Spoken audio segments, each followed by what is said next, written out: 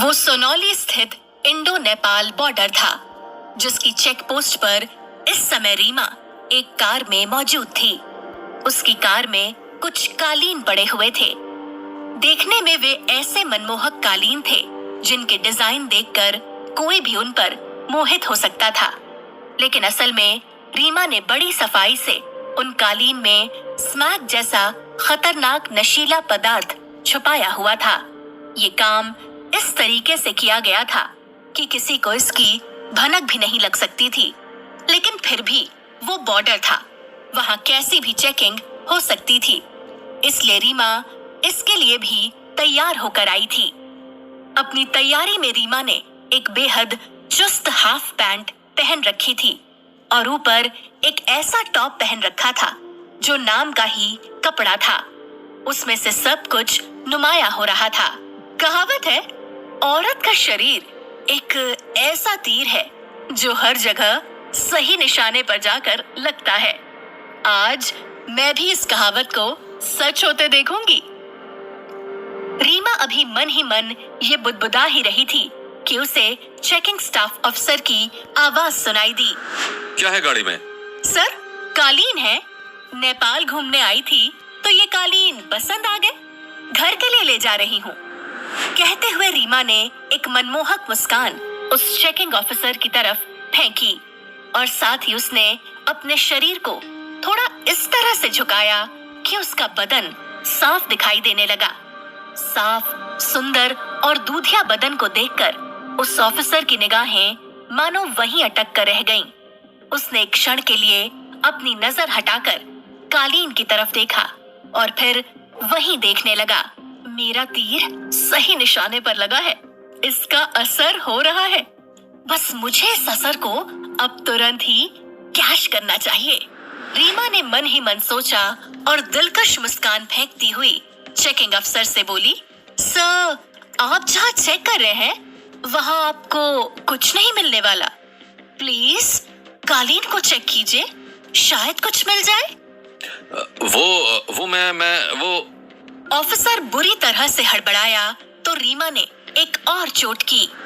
वैसे आपको लगता है ऑफिसर कि मेरे जैसी शानदार लड़की कुछ ऐसा वैसा नेपाल से भारत लेकर जाएगी? नहीं, ऐसा कुछ नहीं है, लेकिन फिर भी रूटीन चेकअप है, करना पड़ता है। इतना कहकर उस ऑफिसर ने रीमा की कार में रखे कालीन में से एक दो कालीन इधर उधर किए और फिर रीमा की तरफ कम, उसके सीने की तरफ ज्यादा देखता हुआ मुस्कुरा कर बोला, ठीक है, आप जा सकती हैं। Thank you. कहते हुए रीमा ने एक फ्लाइंग किस उस अफसर की तरफ उछाली और अपनी कार को तेजी से आगे बढ़ा दिया। बॉर्डर पार करते हुए रीमा के चेहरे पर जो गहरी मुस्कान थी, वो इस बात की साफ चुगली कर रही थी कि अपने हुस्न का तीर चलाकर उसने एक बड़ा काम कर दिया था। जल्द ही उसे इसका इनाम भी मिला। वाह, तुमने इतने मुश्किल काम को चुटकियों में इतनी आसानी से कर दिया।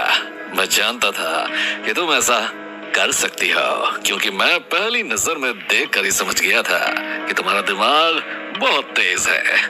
ये रहा तुम्हारा मेहनताना। क्लब के मालिक सार्थक अरोड़ा ने 2 लाख की गड्डी मेज पर रखते हुए सामने खड़ी रीमा से कहा। रीमा उन नोटों की गड्डियों पर ऐसे झपटी जैसे चील मांस पर झपटती है, और ऐसा होता भी क्यों ना। अपनी लाइफ में आज पहली बार उसने एक साथ इतने रुपए देखे थे।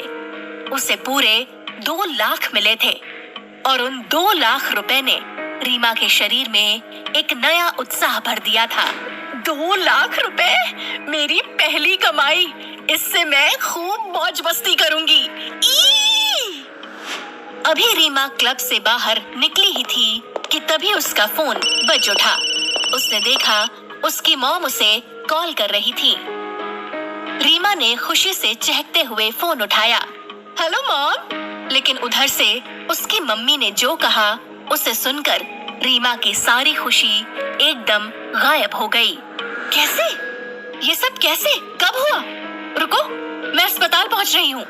रीमा को अस्पताल पहुंचने में ज्यादा देर नहीं लगी। डॉक्टर साहब, मेरा भाई ठीक तो है ना? छत से गिरकर उसे कोई बहुत बड़ी इंजरी तो नहीं हुई है? देखिए, आपके भाई के दिमाग में मेजर इंजरी आई हुई है। अगर तुरंत ही ऑपरेशन नहीं किया गया तो दिक्कत हो सकती है। ऑपरेशन? तो ऑपरेशन में क्या दिक्कत है डॉक्टर साहब? इस पूरे ट्रीटमेंट में करीब 2 लाख से ऊपर का खर्चा है। अगर सही से ट्रीटमेंट नहीं किया गया तो। डॉक्टर, आप मेरे भाई का ट्रीटमेंट अच्छे से कीजिए। पैसे की चिंता आप मत कीजिए। मैं कैश काउंटर पे 2 लाख जमा करवा के आती हूँ। अभी अभी 2 लाख कमाकर जो खुशी उसे मिली थी, वो अब उसके चेहरे से गायब हो चुकी थी। अब एक बार फिर वो खाली हाथ थी। तो तुम एक बार फिर नेपाल का राउंड लगाना चाहती हो? क्लब के मालिक ने अपने सामने बैठी रीमा से कहा। हाँ, और इस बार मैं ज्यादा बड़ा काम करना चाहती हूँ, ज्यादा बड़े पैसों के लिए। ऐसा ही होता है इस फील्ड में। जितना भी ज्यादा कमा लो वो कम ही लगता है। मिल तो जाएगा बड़ा ऑर्डर, लेकिन उसमें रिस्क बड़ा है। पिछली बार तो बाई चांस तुम्हारे हुस्न का तीर वहाँ चल गया था, लेकिन हर बार ये तीर नहीं चला तो। उसकी चिंता आप मत कीजिए। इंसान का दिमाग और कलेजा बड़ा हो तो कोई भी रिस्क बड़ा नहीं होता।